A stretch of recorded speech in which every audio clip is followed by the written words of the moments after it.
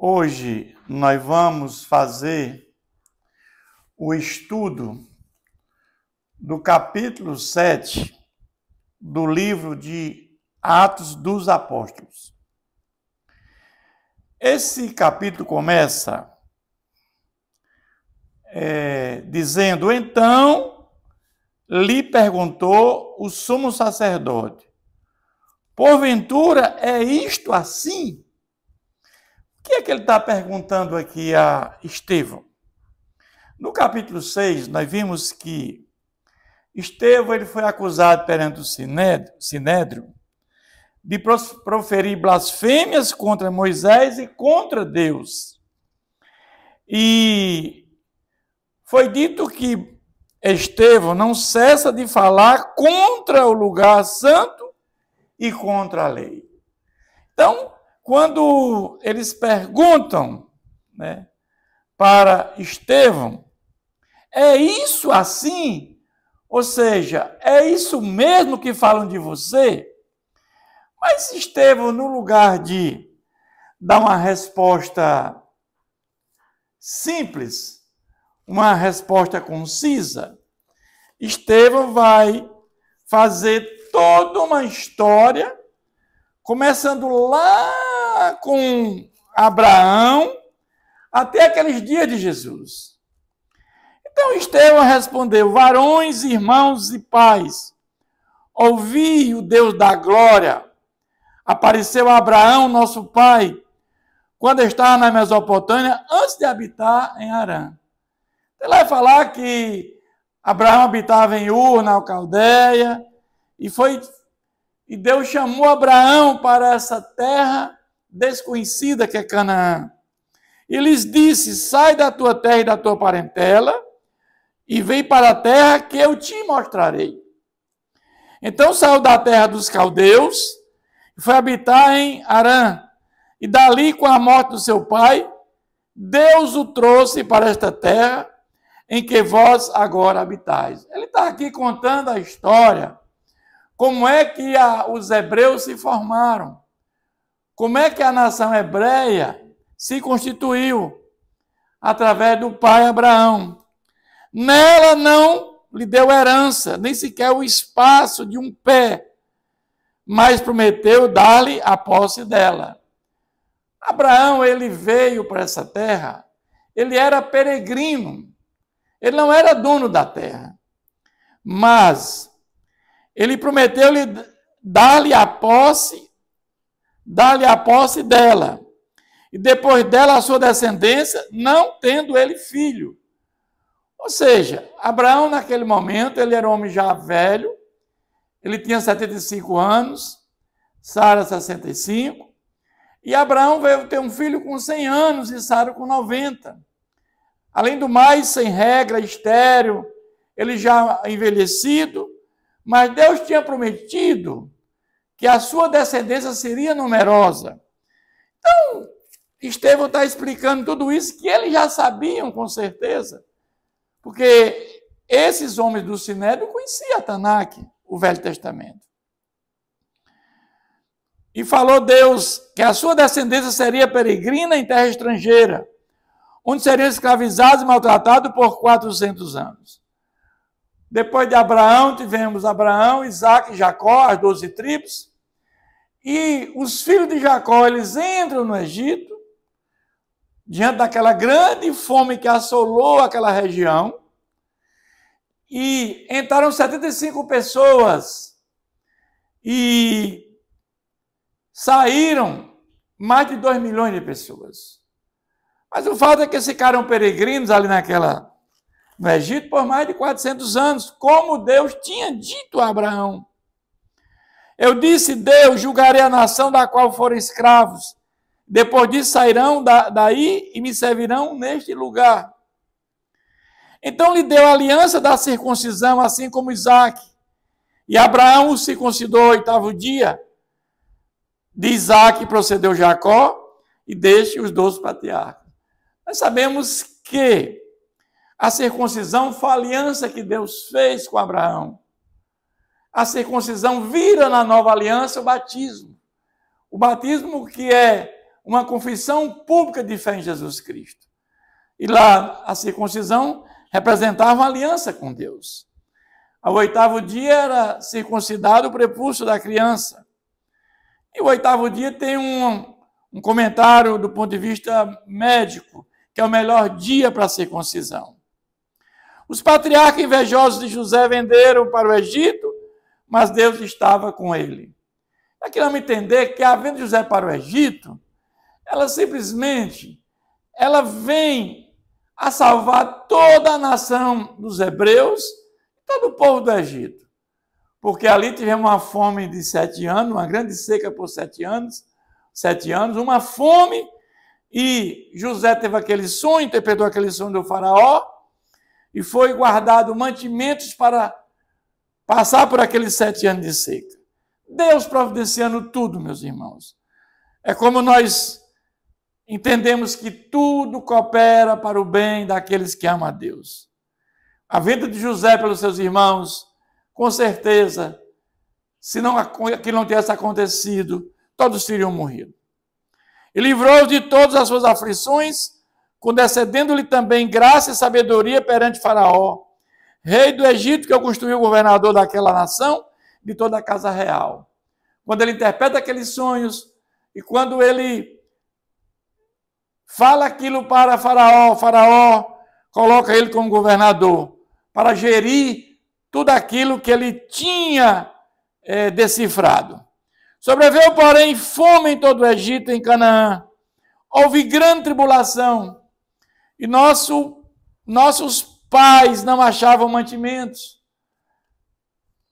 Mas, tendo ouvido Jacó que no Egito havia trigo, enviou pela primeira vez os nossos pais. Na segunda vez, José se fez reconhecer por seus irmãos e se tornou conhecido de Faraó, da família de José.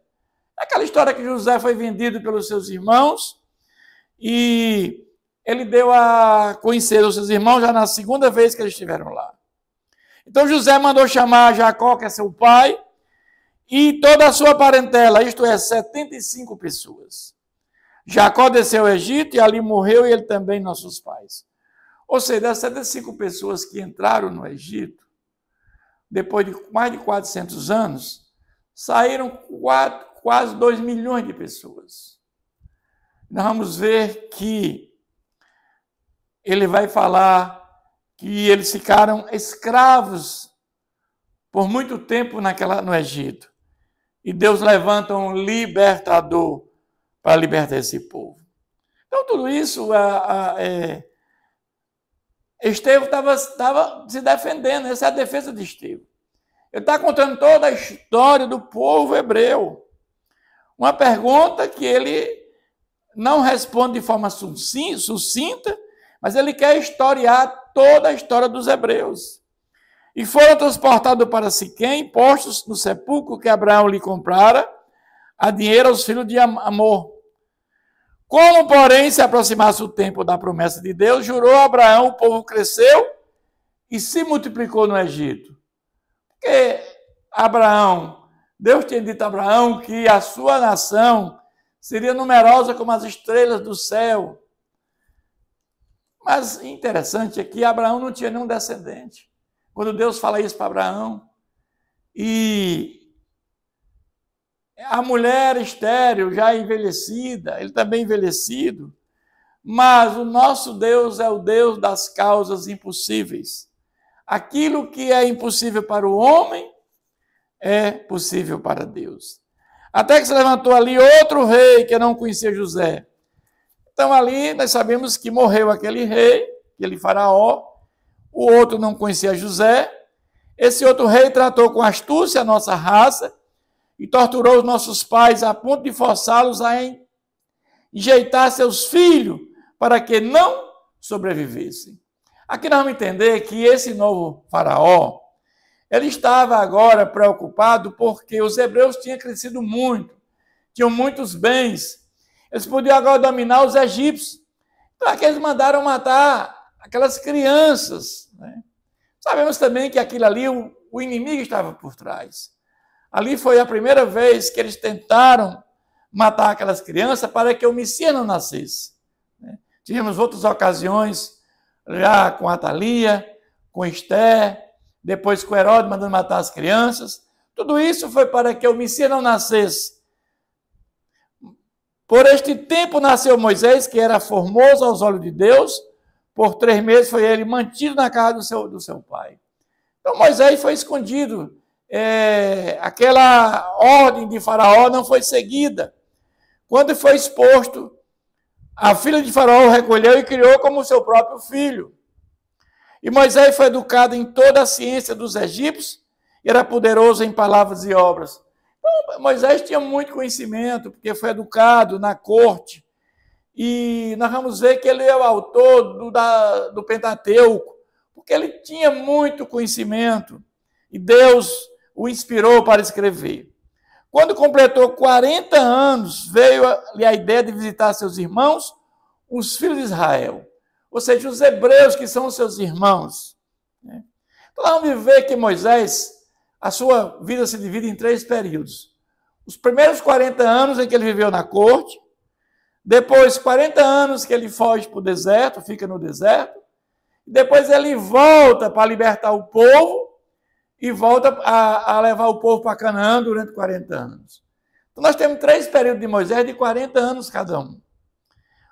Quando completou 40 anos, veio a ele a ideia de visitar os irmãos, os filhos de Israel.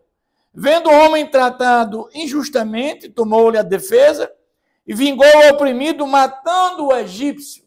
Ou seja, ele não aceitou aquilo que o Egito estava fazendo com o seu irmão hebreu. Ora, Moisés cuidava dos seus irmãos. Moisés cuidava que seus irmãos entenderiam que Deus os queria salvar por intermédio dele. Ele, porém, não compreenderam. No dia seguinte, aproximou-se de uns que brigavam, ou seja, os próprios hebreus brigando entre si, e procurou reconduzi-los à paz, dizendo: homens, vós sois irmãos, porque vos ofendeis uns aos outros. Mas o que agredia o próximo repeliu, dizendo: ontem te constituiu autoridade e juiz sobre nós? Acaso querem matar-me como fizeste ao egípcio? E aqui ele tinha visto o que Moisés tinha feito. E ele aqui diz para Moisés que você querem matar-me como fizeste ontem aquele egípcio? E evidentemente que Moisés temeu, porque se chegasse ao conhecimento do faraó, ele teria graves problemas. A estas palavras, Moisés fugiu e tornou-se peregrino na terra de Midian, onde lhe nasceram 2 filhos. Aqui nós vamos ver que Moisés fica 40 anos na corte, agora decorrido 40 anos, apareceu no deserto, no Monte Sinai, um anjo, por entre as chamas, uma sarça que ardia. Agora nós vamos entender que agora, passado 40 anos que ele ficou em Midian, e aparece agora um anjo na sarça ardente. Aqui nós podemos dizer que é uma teofania, é uma manifestação visível de Deus, ou seja, Deus na forma de um anjo. Moisés, porém, disse naquela visão, ficou maravilhado, e aproximando-se para observar, ouviu-se a voz do Senhor: eu sou o Deus dos teus pais, o Deus de Abraão, de Isaque e de Jacó. Moisés, tremendo de medo, não ousava contemplá-lo. Disse-lhe o Senhor: tira a sandália dos pés, porque o lugar que estás é terra santa. Vi com efeito o sofrimento do meu povo no Egito, ouvi o seu gemido e desci para libertá-los. Vem agora e eu te enviarei ao Egito. Agora nós vamos ver que Moisés sai com 40 anos, passa 40 anos em Midian, e agora Deus, ele pede agora a Moisés que volte ao Egito para libertar o seu povo que está na escravidão. Aquilo que Deus tinha dito para Abraão, que o seu povo ficaria escravo, seria escravo por mais de 400 anos. E aqui está se cumprindo aquilo que Deus disse a Abraão. E Deus ouviu o gemido daquele povo. Ele agora convoca Moisés para libertar o povo. A este Moisés a quem negaram reconhecer, dizendo: quem te constituiu autoridade e juiz? Aquele mesmo, que os próprios hebreus tinham rejeitado. quando eles estavam brigando entre si. A este enviou Deus como chefe libertador, com a assistência do anjo que lhe apareceu na sarça. Este os tirou fazendo prodígios e sinais na terra do Egito, assim como no Mar Vermelho e no deserto, durante 40 anos. Então Moisés é aquele que, através daquelas 10 pragas, ele lá no Egito, ele abriu o Mar Vermelho, e no deserto, durante 40 anos, ele andou com aqueles homens hebreus, quase 2 milhões de pessoas. E nós vamos ver que aquele povo, mesmo vendo tudo que Deus fez, os poderes de Deus se manifestaram.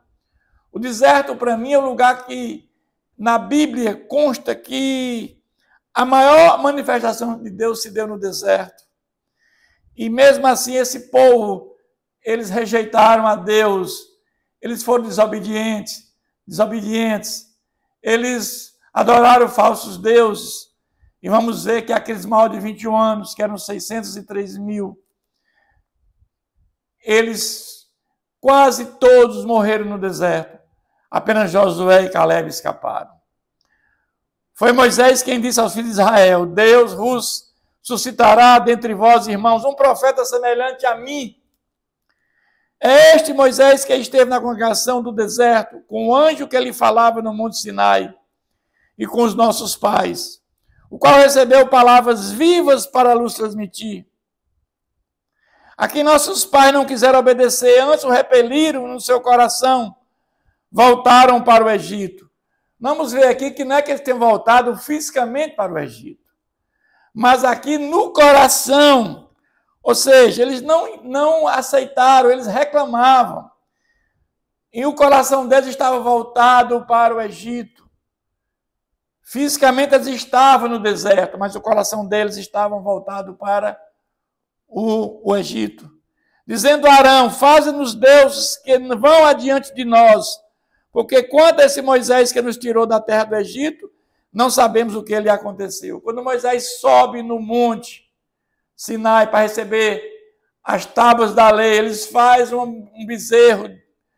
Eles tinham essa cultura pagã lá no Egito. E naqueles dias fizeram um bezerro e ofereceram o sacrifício ao ídolo, alegando-se com as obras das suas mãos. Mas Deus se afastou e se entregou ao culto da milícia celestial, como está escrito no livro dos profetas.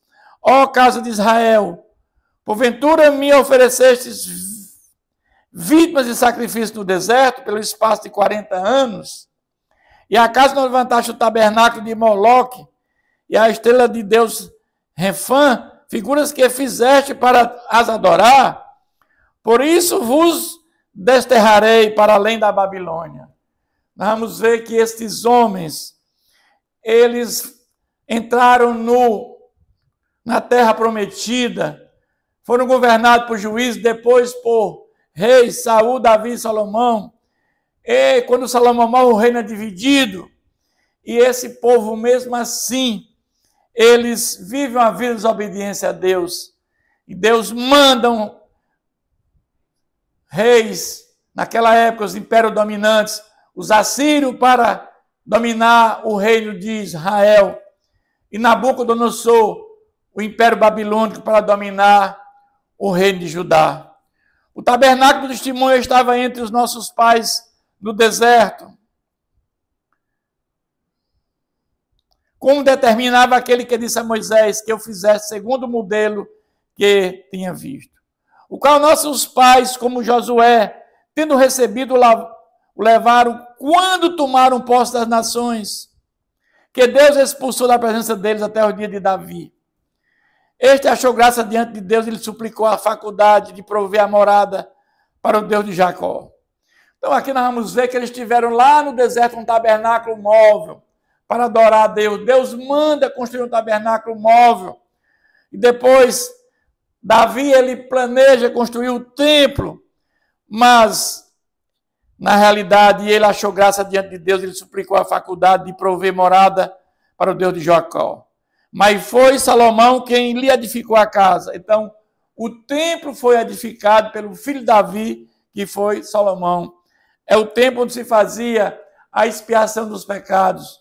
Uma vez por ano, no Santo dos Santos, onde ficava a Arca da Aliança, e na tampa da arca, que é o propiciatório, você colocava o sangue daquele bode para expiação dos pecados. Isso acontecia tanto no tabernáculo móvel no deserto, como lá no templo construído por Salomão. Entretanto, não habita o Altíssimo em casas feitas por mãos humanas, como diz o profeta. O céu é o meu trono e a terra o estrado dos meus pés. Que casa me edificarei, diz o Senhor, ao qual é o lugar do meu repouso. Não foi, porventura, a minha mão que fez todas essas coisas? Então, aqui nós vamos entender que tudo foi feito através do nosso Deus, através de Jesus Cristo. Tudo que tem no universo foi feito através dele.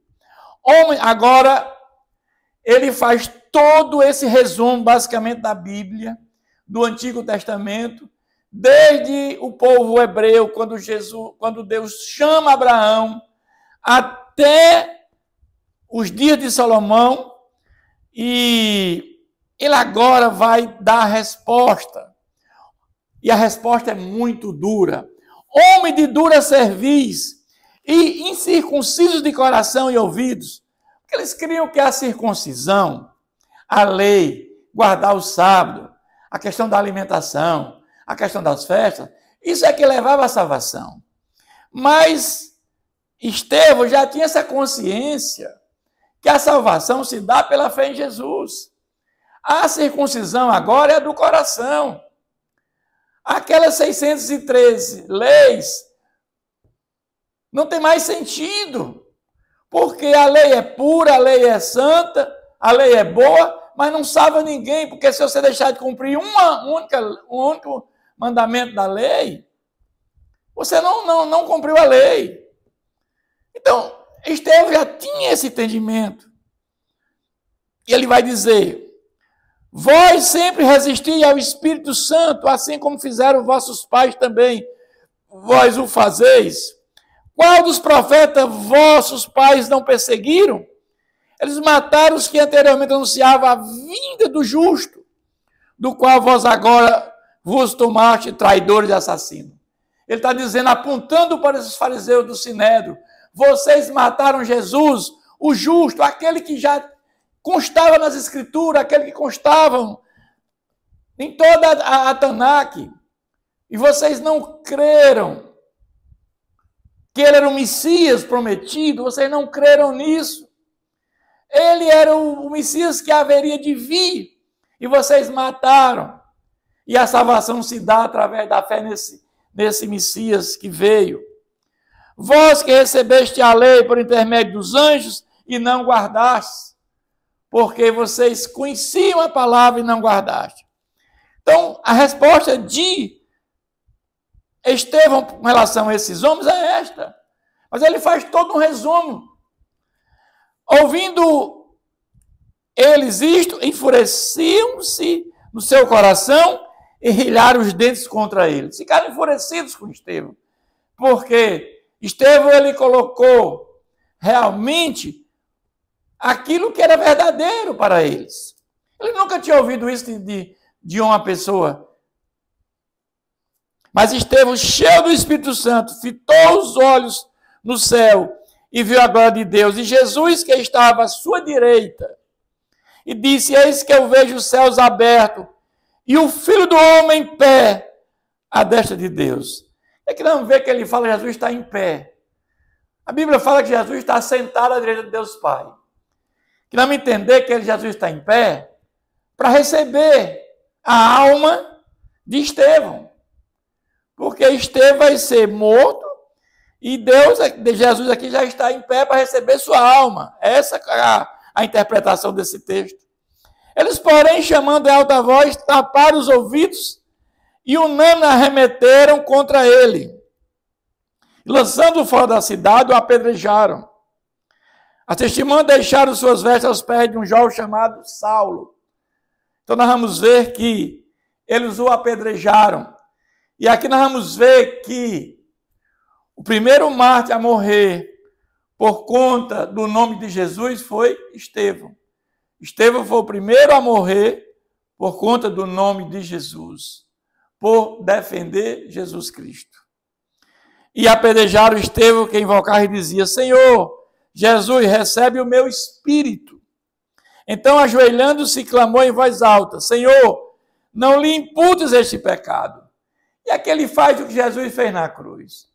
Quando Jesus estava na cruz, Jesus pronunciou 7 frases, 7 palavras. E a primeira, Jesus disse: Pai, perdoe porque não sabe o que faz. Porque Jesus sabia que aqueles que estavam matando Jesus, que estavam tirando a sua vida naquela cruz, eles depois iam confessar Jesus como seu Salvador, iam ter salvação. Da mesma maneira aqui, Estevão também está dizendo que não lhe imputa esse pecado, porque ele está entendendo que esses mesmos que estão fazendo isso com ele, vão depois crer em Jesus Cristo. E esse aqui é que é Saulo, que está... suas vestes foram colocadas a esses pés. Saulo foi o maior missionário da história, né, da humanidade, o maior teólogo, o maior plantador de igrejas. Então, isso aqui que ele está dizendo aqui se cumpriu na figura de muitos. E aqui, a começar por Saulo, que depois se tornou Paulo, que foi um homem que também sofreu muito por causa de Jesus. Com essas palavras, adormeceu. Então, esse texto termina desta maneira, né?